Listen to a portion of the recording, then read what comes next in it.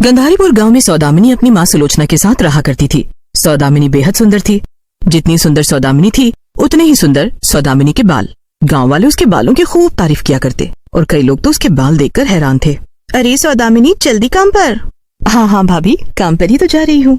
जब भी तुझे देखती हूँ तो बस देखती ही रह जाती हूँ। तेरे ये लंबे घने बाल कितने सुंदर हैं। वो तो है भाभी। अरे ऐसा भी क्या लगाती है बालों में, जरा हमें भी तो बता दे। देख हमारे बालों को कैसे समय से पहले झड़ रहे हैं, और मेरी बेटी के बाल तो है ही नहीं। आजकल का शैम्पू तेल सब खराब है, लेकिन तेरे बालों को शैम्पू और तेल से कोई असर नहीं होता है क्या? सब कुछ हिफाजत मांगता है। बालों की हिफाजत करोगे तो बाल लंबे घने और अच्छे जरूर होंगे। चलती हूँ, अब काम पर जाना है। इतना कहने के बाद सौदामिनी आगे बढ़ जाती है, लेकिन सौदामिनी के जाते ही दोनों औरतें सौदामिनी को तब तक देखती रहती हैं जब तक सौदामिनी उनकी आंखों से ओझल न हो जाए। अरे देखो ना, कितना घमंड है इस लड़की में अपने बालों को लेकर। जरा इसे पूछ दो कि बालों में क्या लगाती हो, तो बोलती नहीं, बातों को यूं घुमा देती है। मैंने भी तो कई दिनों से इससे पूछा है कि बालों में ऐसा क्या लगाती हो जो बाल तुम्हारे इतने लंबे हैं। इसकी माँ से भी कई दिन पूछने गई हूँ, लेकिन दोनों माँ बेटी बताने को राजी ही नहीं है। भगवान की देन है, बालों में तेल लगाती है। जो आप लगाते हो वही सब करती है। हाँ, मुझे भी तो यही कहती है इसकी माँ, और ये तो सही मुंह से बात भी नहीं करती।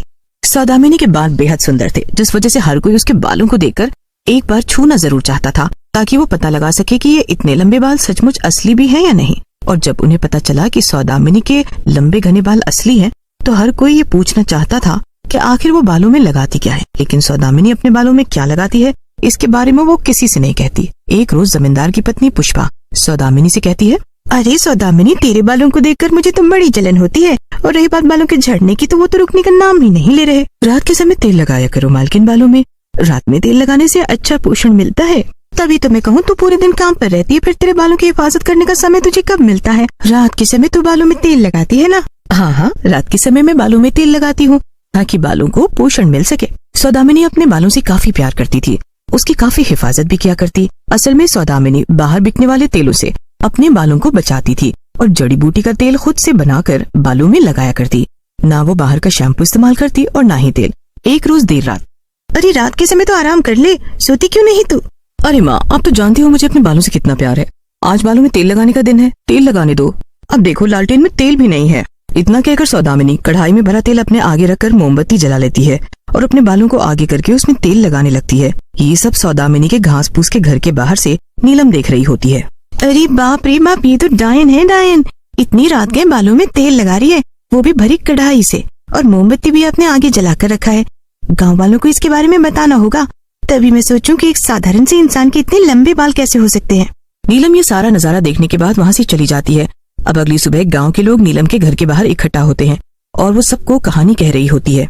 अरे मैंने अपनी आंखों से देखा है, सौदामिनी डायन की शक्तियाँ प्राप्त कर रही है, और उसने कुछ शक्तियाँ प्राप्त भी कर ली है, तभी तो उसके बाल इतने लंबे घने हैं। अरे तुम सच कह रही हो क्या? सच बताओ नीलम बहन। अपने इन दोनों छोटे छोटे बच्चों के सर पर हाथ रखकर कसम खाती हूँ, जो देखा वही बता रही हूँ। अरे ऐसे लंबे घने बाल तो मैं राजकुमारी राजा महाराजाओं की कहानी में अपनी दादी नानी से सुना करती थी, लेकिन देखे नहीं थे। और सामने से जो मैं देख रही हूँ वो असलियत से परे है। सही कह रही हो तुम नीलम, और असलियत तो ये है कि ये किसी इंसान नहीं बल्कि एक डायन के लंबे बाल हैं। इतना कहने के बाद गांव के लोग आपस में बातचीत करने लगते हैं। तभी वहाँ से सौदामिनी काम के लिए जा रही होती है। सौदामिनी को सभी एक साथ देखने लग जाते हैं। सौदामिनी को ये बहुत अजीब लगता है, लेकिन वो अपने काम के लिए निकल। ये गांव वाले कभी कभी मुझे ऐसे घूरते हैं जैसे मुझे खा ही जाएंगे। मैं तो कहती हूँ इन दोनों माँ बेटी को खत्म कर देना चाहिए। पूरे गाँव में इतने सारे लोग हैं, लेकिन इस एक लड़की की वजह से गाँव खत्म हो सकता है। तुम बिल्कुल ठीक कह रही हो। हम इस लड़की की वजह से इतने सारे लोगों की जान जोखिम में क्यों डालें? हमें इसे ही मार देना चाहिए। सौदामिनी गांव के लोगों के मन में क्या चल रहा था इससे बिल्कुल अनजान थी।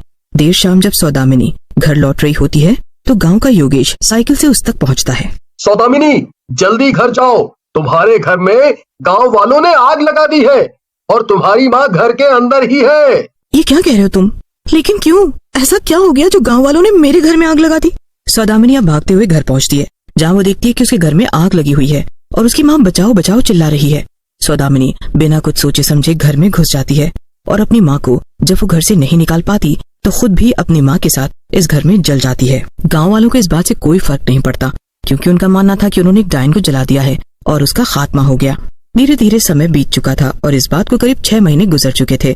गांव वाले खुशहाल अपनी जिंदगी बिता रहे थे, लेकिन एक रोज अचानक जगदीश जब काम से देर रात लौट रहा था तो उसे गांव के पीपल के पेड़ के नीचे एक लंबे बालों वाली लड़की बैठी दिखती है। अरे बहन, कौन हो तुम और यहाँ इतनी रात गए अकेले क्यों बैठी हो? मैं तेरी मौत। इतना कहकर चुड़ैल बैठे बैठे अपना गला घुमा लेती है। जब चुड़ैल का गला घूमता है तो जगदीश वहीं उसे देखकर बेहोश हो जाता है और चुड़ैल उसे मार डालती है। असल में वो सौदामिनी थी जो अपना बदला लेने आई थी। अरे बाप रे, ऐसा लग रहा है कि किसी जानवर ने इसे मार डाला हो। ऐसा तो नहीं हमारे गांव में कोई जानवर घुस आया हो जो रात गए अकेले इंसान को देखकर उस पर हमला कर रहा है। इस बात को कई दिन बीत जाते हैं। अरे मैंने सोचा था वो डायन मर जाएगी तो हमारे बाल झड़ना बंद हो जाएंगे, क्योंकि उस डायन की वजह से ही तो हमारे बाल झड़ रहे थे। लेकिन अब तो उसके जाने के बाद ऐसा लग रहा है हमारे सर पर एक भी बाल नहीं रहेंगे। देखो बहन, अभी बाल झड़ रहे थे तो आधे बाल निकल आए हैं। तुम मुझे क्या बताने आई हो? मेरे बाल देख रही हो ना? ऐसा लग रहा है कि समय से पहले बाल चले जाएंगे। हर कोई अपने बाल झड़ने को लेकर परेशान था। औरत, लड़की, बच्चे, बुढ़िया सबके बाल झड़ रहे थे। किसी को कुछ भी समझ नहीं आ रहा था। लेकिन एक रोज देर रात योगेश जब काम से लौट रहा होता है तो वो देखता है कि एक लंबे घने बालों वाली औरत गांव में घूम रही है। और देखते ही देखते योगेश देखता है कि वो औरत गांव के एक आदमी को दबोच कर उसका गला पकड़ हवा में उठा देती है और उसकी मौत हो जाती है। अगले दिन गाँव वालों को जब उसके मौत की खबर लगती है तो हर कोई हैरान हो जाता है। लेकिन योगेश समझ चुका था कि ये सब कौन कर रहा है। अब तक करीब 5 से 7 लोगों की मौत हो चुकी है, लेकिन तुम लोग हो कि इस बात को मानने के लिए तैयार ही नहीं हो कि ये सब वो डायन नहीं कर रही। मैंने अपनी आंखों से रात में सौदामिनी को गांव में घूमते हुए देखा है। वो एक चुड़ैल बन चुकी है और अपना इंतकाम ले रही है। अभी भी वक्त है, माफी मांग लो, माफी मांग लो उससे। वो डायन नहीं थी। ऐसा है तो मैं उसके सामने नाक रगड़ लूंगी, लेकिन अपनी जान नहीं गंवाना चाहती। मैं भी उसके आगे हाथ जोड़कर माफी मांगूंगी और कहूंगी कि आज के बाद से मैं किसी को नहीं सताऊंगी। गांव के लोग अब योगेश के कहने पर सौदामिनी से माफी मांगने के लिए तैयार थे। लेकिन सौदामिनी, जो कि एक चुड़ैल बन चुकी थी, वो लोगों की जान लेने को उतारू हो चुकी थी।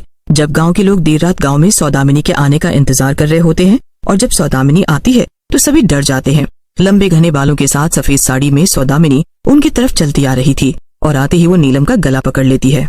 सौदामिनी, नीलम भाभी को छोड़ दो। मैं मानता हूँ कि उनकी गलती है। उन्होंने लोगों के कान भरे और लोगों ने बिना कुछ सोचे समझे तुम्हारे घर में आग लगा दी, जिसमें तुम और सुलोचना काकी जल गए। आज सभी गांव वाले तुमसे माफी मांगने आए हैं।